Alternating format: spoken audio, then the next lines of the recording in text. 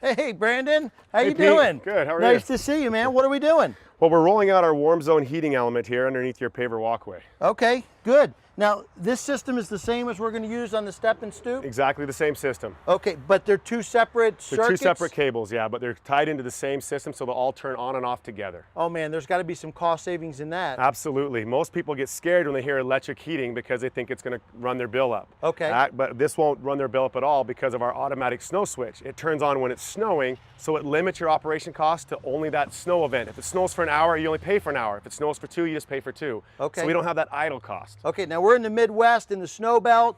Can the homeowners manually override that Absolutely. if they want? Every system always comes with a manual override that they can set to however much time they want, or just turn the system off if they're not going to be around. Okay, and now let me ask this question. When you put this on, you can put it on to dry, is that correct? Yes, most of the time the snow will hit and actually evaporate, so we don't get accumulation. Okay. So you don't have massive runoff. And then ice buildup. Exactly. Right? So there's no we shoveling. want to avoid that. Yep. Right, okay, great. And now what do we do, just roll this We're out? just going to roll all this all the way out. Now let me ask you one more question. Yeah. Are we going to bind this to this bedding layer? We at all? are. We're going to take an actuator and put a nail with a good sized washer to hold it in place. But we're only holding it in place until we put that other ½ inch of sand and tamp that down. And that's what actually holds it in place. So it's just temporary? Just a temporary. Okay, yeah, let's get it in. All right.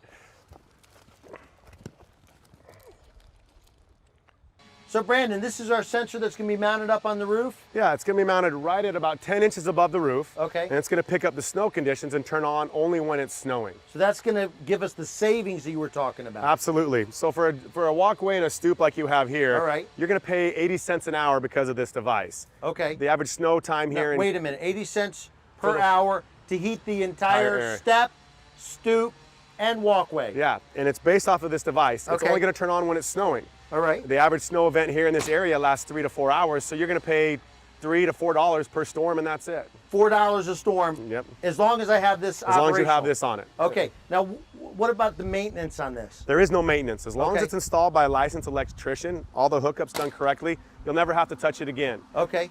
Now, if I wanted to override this, we talked about a manual override. Do I have to go up on a ladder and... You could if you want to with this little switch on the side, but we have an auxiliary unit that will sit inside your house, maybe by your garage door opener or right inside somewhere, that gives you that option to manually turn it on, off, or on standby mode to say if you go out of town. Okay, so if I'm on vacation, I can turn it off. Turn it off. Homeowners, right? Okay, good. All right, that's great. Thank you. Hey, Hank, how you doing? Hey, Pete, good. I got your sensor here. All right. Okay, and you're going to mount that up on that. What is that? That's our galvanized steel frame that we constructed so that we can get the sensor above the roof line where it needs to be. Okay, and that's going to give some integrity to this conduit? That's going to give sturdiness to this conduit and mount the sensor securely. Okay, and I like the way you hid that behind this tree here. And that's going to protect it from the environment as well? Yeah, that was all intentional. It's weatherproof conduit, weatherproof boxes. We've got it nicely hidden behind the gutter so that it's aesthetically pleasing from the street. Thanks, Hank.